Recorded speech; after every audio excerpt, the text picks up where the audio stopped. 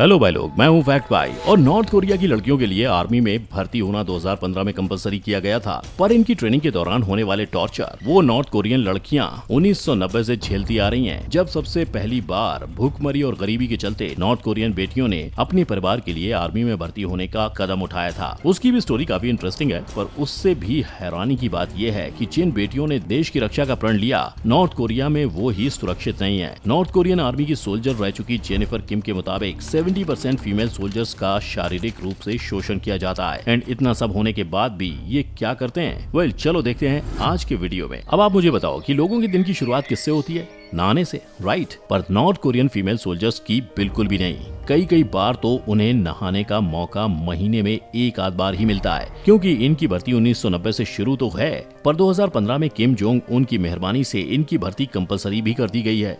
पर इनके लिए मिलिट्री में फैसिलिटीज आज भी जीरो के बराबर हैं। तभी तो इन्हें मेल सोल्जर्स के बीच में अपने कपड़े और इज्जत दोनों उतार कर किसी नदी, तालाब या झरने में नहाना पड़ता है। पर नहाना छोड़ो, कई जगह तो इनके बाथरूम्स भी नहीं मिलते, जिसकी वजह से उन्हें आदमियों के सामने खुद को हल्का करना पड़ता है। और ऐसा करते वक्त न सिर्फ उन्हें शर्म आती है, पर वो खुद को बहुत ज्यादा वल्नरेबल भी पाती हैं। पर करें तो करें क्या, क्योंकि जहां नहाने धोने का इंतजाम होता है, वहां हालात और भी बदतर होते हैं। मेरा मतलब है, सारी फीमेल सोल्जर्स के लिए एक ही जगह पर एक ही पाइप से नदी या तालाब का पानी पास किया जाता है, जो ऑफ कोर्स गर्म नहीं होता और ना ही रिस्क फ्री होता है, क्योंकि नदी से डायरेक्टली जुड़े पाइप से पानी के अलावा सांप और मेंढक जैसे जानवर भी आ जाते हैं। यानी सिर्फ नहाने के लिए भी नॉर्थ कोरिया की फीमेल सोल्जर्स को मौत से लड़ना पड़ता है। पर बाथरूम से अब बढ़ते हैं इन फीमेल सोल्जर्स के रूम की तरफ। किंतु परंतु अगर आप सोच रहे हो कि इनकी परेशानियां खत्म हो गई हैं, तो ना, प्रॉब्लम तो अभी शुरू हुई है। जहां बाथरूम में ये साथ नहाती हैं, वहीं एक रूम में 30 लड़कियां साथ में रहती हैं, और वहां इनके पास अपना कहने के लिए धान के भूसे से भरा हुआ एक बिस्तर होता है और 1 बाय 1 का एक चिंटुक सा कैबिनेट, जिसमें इन्हें अपनी चीजें रखनी होती हैं। अब इनके कैबिनेट में क्या क्या होता है वो बताने से पहले मैं आपको बता दूं कि धान के भूसे से भरे बिस्तर पर जब लड़कियां सोती हैं, तो इनके शरीर से निकला हुआ सारा पसीना धान की भूसी सोख लेती है, जिसके बाद इनके बिस्तर बदबू मारने लगते हैं। पर इसके बावजूद लड़कियों को दूसरे बिस्तर नहीं दिए जाते और उन्हें बदबू और कीटाणुओं से भरे बिस्तर में सोना पड़ता है। और रही बात इनके कैबिनेट में रखी जाने वाली चीजों की, तो देखो, ये इसमें अपने कपड़े, जूते, मोजे, पाउडर, कंघी जो चाहे वो रख सकती हैं। पर इनके कैबिनेट में 2 फोटोज का होना कंपलसरी है। एक उनके भगवान को प्यारे हो चुके एक्स प्रेसिडेंट किम इल सुंग की, और दूसरी dear leader Kim Jong Il की।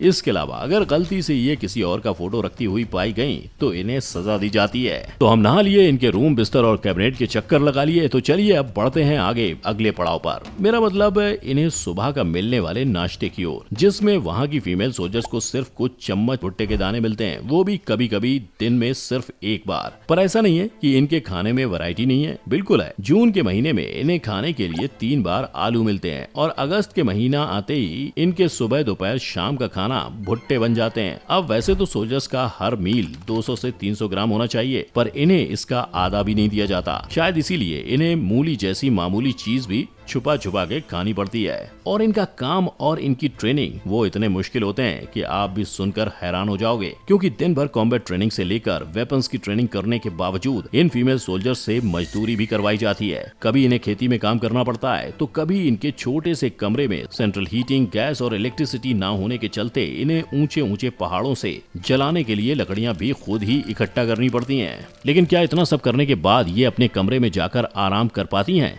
नहीं, क्योंकि भले ही मेल और फीमेल दोनों सोल्जर्स को बराबर बताया जाता हो, पर मिलिट्री में ना तो इन्हें एक जैसी पगार दी जाती है और ना ही इनके काम एक बराबर होते हैं। जहां मेल सोल्जर्स को आराम फरमाने का मौका मिलता है, वहीं लड़कियों से ना सिर्फ खाना बनवाया जाता है, पर बाकी के छोटे मोटे काम के लिए भी इन्हीं लड़कियों को कहा जाता है। इनके इसी कम खाने, ज्यादा मेहनत और कड़ी ट्रेनिंग वाले स्ट्रेस के चलते फीमेल सोल्जर्स को आर्मी में भर्ती होने के 6 महीने से लेकर 1 साल भर के अंदर पीरियड्स आने ही बंद हो जाते हैं। पर जहां दुनिया भर में ऐसा कुछ होने पर औरतें परेशान और दुखी होती हैं, वहीं नॉर्थ कोरियन सोल्जर्स खुश होती हैं। उनके मुताबिक उनकी जिंदगी पहले ही बहुत परेशानियों से भरी होती है, और पीरियड्स आने के बावजूद उन्हें किसी तरह की कोई सहूलियत नहीं दी जाती। और सहूलियत तो दूर की बात है, वहां से बचकर आई फीमेल सोल्जर्स की माने तो वहां उन्हें सैनिटरी पैड्स देने की बजाय उन्हें फुट रैप्स या कपड़े का इस्तेमाल करने के लिए कहा जाता है। लेकिन ये कपड़े इस्तेमाल करने के बाद वो इन्हें मेल सोल्जर्स के सामने धोकर सुखा भी नहीं सकती, इसलिए फीमेल्स को आधी रात को उठकर इन कपड़ों को धोना और सुखाना होता है। ऐसा ना होने पर इन्हें कलेक्टिव पनिशमेंट दी जाती है। जैसे इन फीमेल्स को बर्फीले पानी में हाथों को सोक करने के लिए कहा जाता है और फिर उन्हें आयरन रॉड्स पर लटकने के लिए, जिससे इन फीमेल्स के हाथ आयरन पर फ्रोज हो जाते हैं और जब वो अपने हाथ रॉड से हटाती हैं तो जमी हुई हथेली फट जाती है।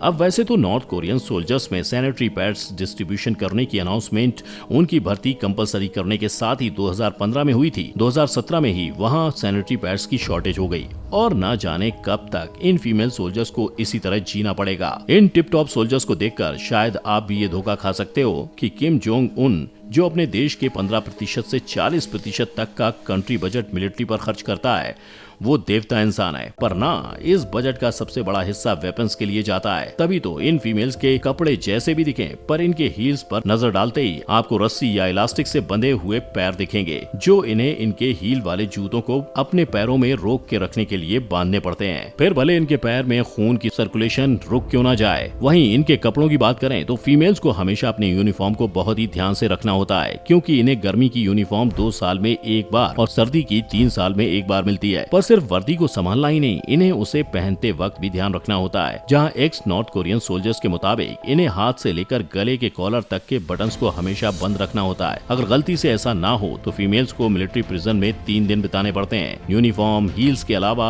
इन फीमेल्स को हेयर स्टाइल भी मिलिट्री वाले ही चूज करने पड़ते हैं, जो उनके कान के नीचे तक ही होने चाहिए। और सबसे बड़ी बात यह है कि इस सब के साथ इन फीमेल्स को अपनी सेहत का भी ध्यान देना होता है, क्योंकि कहने को तो हर कोर मिलिट्री बेस के पास अपना डेडिकेटेड हॉस्पिटल होता है, पर वहाँ मेडिसिन एंड फैसिलिटीज नहीं होती। गलती से होती हैं तो वो उन्हें महंगे दामों में दी जाती हैं। इसीलिए वो खुद को डॉक्टर्स के पास नहीं, घरेलू नुस्खों की मदद से ठीक करते हैं। और अब वक्त आ चुका है इस बहती धारा का राज खोलने का। तो ये नजारा तब होता है जब किम जोंग उन अपने सोल्जर्स के बीच होता है, और ये सोल्जर्स ना खुशी में रो रहे हैं ना दुख में, ये मजबूरी में रो रहे हैं। जी हाँ, नॉर्थ कोरियन सोल्जर्स को जबरदस्ती रोना पड़ता है, क्योंकि 2012 में जब किम जोंग इल दुनिया को छोड़ कर गए थे, तब जिन भी सोल्जर्स ने शोक सभा में आंसू नहीं बहाए थे, उन्हें 6 महीने के लिए लेबर कैंप में सजा के तौर पर भेजा गया था। फैक्ट भाई तो यही कहेगा कि जिस तरह की जिंदगी इन फीमेल्स को वहाँ जीनी पड़ रही है, उसके बाद इनका डिमांड करने पर रोना तो छोटी मोटी चीज है। क्योंकि जैसा मैंने आपको पहले ही बताया, एक्स फीमेल सोल्जर्स के मुताबिक वहाँ लड़कियों के साथ शारीरिक शोषण होना एक कॉमन बात है। हालांकि कहने को वहाँ इस जुर्म के लिए 7 साल की सजा होती है, पर जो ऑफिशियल्स लड़कियों का शोषण करते हैं वो उन्हें इतना डरा देते हैं कि लड़कियां अपने हक के लिए लड़ने तक की हिम्मत छोड़ देती हैं। गलती से अगर वो प्रेग्नेंट हो जाएं तो उन्हें या तो घर भेज दिया जाता है, या तो उन्हें अपने बच्चे को दुनिया में आने से पहले ही मार डालना पड़ता है। क्योंकि आर्मी में भर्ती होने वाली फीमेल्स को भर्ती से पहले ना शादी करना अलाउड होता है और ना ही भर्ती होने के बाद शारीरिक संबंध बनाना।